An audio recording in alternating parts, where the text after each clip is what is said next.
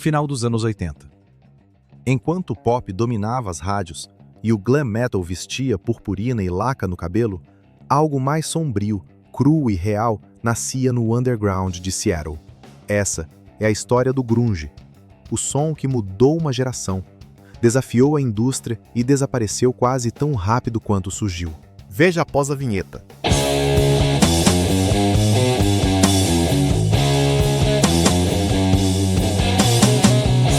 Capítulo 1. As raízes do grunge. O grunge nasceu da frustração. Jovens que não se viam na ostentação dos anos 80 buscaram influências mais agressivas e honestas. O punk trouxe a atitude, o metal trouxe o peso e o indie trouxe o experimental. Analisando a cena de Seattle na década de 1980, ela era considerada uma cidade isolada no mapa musical dos Estados Unidos. Longe dos grandes centros como Nova York ou Los Angeles, sua cena musical floresceu de forma orgânica, sem interferência direta da indústria fonográfica. O que emergiu foi uma comunidade coesa, colaborativa e barulhenta. Bandas como The Man, Green River, Soundgarden e Malfunction começaram a fazer shows em clubes pequenos, como o The Crocodile, Rebar e Central Saloon. Essas bandas misturavam elementos do punk rock, heavy metal e hardcore, criando um som sujo, lento e visceral, o embrião do que viria a ser conhecido como grunge. O espírito era de faça você mesmo. Zines, fitas demo, gravações caseiras e rádios universitárias alimentavam a cena. A falta de interesse das grandes gravadoras acabava sendo um trunfo. As bandas faziam música por autenticidade, não por fama. Algumas bandas foram precursoras desse movimento e influenciaram o som de várias bandas como The Melvins, influência direta no som arrastado e distorcido, Mudhoney e Green River, formada por membros que depois integrariam Pearl Jam e Mudhoney.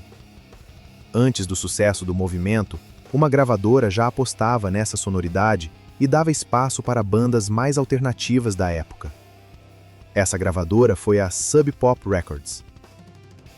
Ela foi fundada em 1986 por Bruce Pavitt e Jonathan Poneman. A Sub Pop Records nasceu do amor pelo som alternativo e pelo punk. Pavitt já editava uma fanzine chamada Subterranean Pop, que evoluiu para a Sub Pop como selo musical. Sua sacada genial foi construir uma marca em torno da cidade Seattle. Criou uma identidade visual coesa, com capas padronizadas e fotos em preto e branco.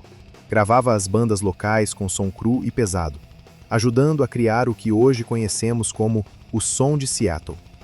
Eles foram os primeiros a lançar discos do Nirvana, Soundgarden, Mudhoney e Tad. Além disso, criaram o conceito do Sub Pop Singles Club, onde fãs do mundo todo recebiam singles mensais pelo correio. Uma estratégia de marketing visionária para a época. Sem a Sub Pop, o grunge talvez nunca tivesse saído da garagem. Capítulo 2. A Ascensão. Foi em 1991 que tudo mudou. Com o lançamento de Nevermind, do Nirvana, o grunge saiu da garagem direto para o topo das paradas. O lançamento de Nevermind em 24 de setembro de 1991 mudou a música popular para sempre. O Nirvana, até então uma banda underground, lançou Smells Like Teen Spirit e em poucas semanas conquistou o mundo. O álbum desbancou Dangerous, de Michael Jackson, nas paradas da Billboard. Nevermind vendeu mais de 30 milhões de cópias e transformou o grunge em fenômeno global. O que era alternativo virou mainstream. Com isso, grandes gravadoras correram para assinar com bandas semelhantes. Algumas que se beneficiaram diretamente desse estouro foram Pearl Jam com o álbum Ten em 1991, Alice in Chains com Dirt em 1992, Stone Temple Pilots com Core em 1992, Soundgarden com Bad Motorfinger em 1991, entre outras que tinham sonoridades com um estilo parecido a essas, como Smashing Pumpkins e Hole, por exemplo. Embora fossem colocadas com o rótulo de grunge, várias bandas exploravam sonoridades diferentes, como por exemplo o Pearl Jam, que era mais introspectivo e politizado. O Soundgarden misturava psicodelia com metal e o Alice in Chains, que tinha uma sonoridade mais sombria. A indústria viu em Seattle a nova mina de ouro e sugou cada gota. Capítulo 3. O declínio. O grunge não foi feito para os holofotes. Quando a mídia transformou a rebeldia em tendência, o movimento começou a se desfazer. A indústria tentando embrulhar o grunge como produto. Ele sempre foi sobre autenticidade e, por isso mesmo, foi vítima do próprio sucesso. Com o sucesso de Nevermind e Ten, gravadoras e marcas tentaram transformar o grunge em uma estética vendável. Marcas de moda começaram a vender camisas de flanela e botas surradas por preços absurdos.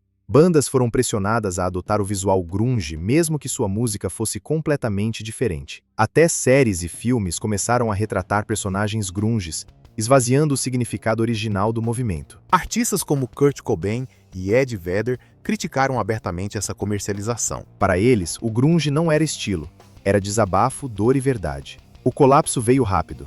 O movimento perdeu sua alma quando virou produto de prateleira. Em seus últimos anos, a gravadora Sub Pop teve seu fim como selo independente e outras tendências foram ganhando mais espaço como pop punk, nu metal e britpop.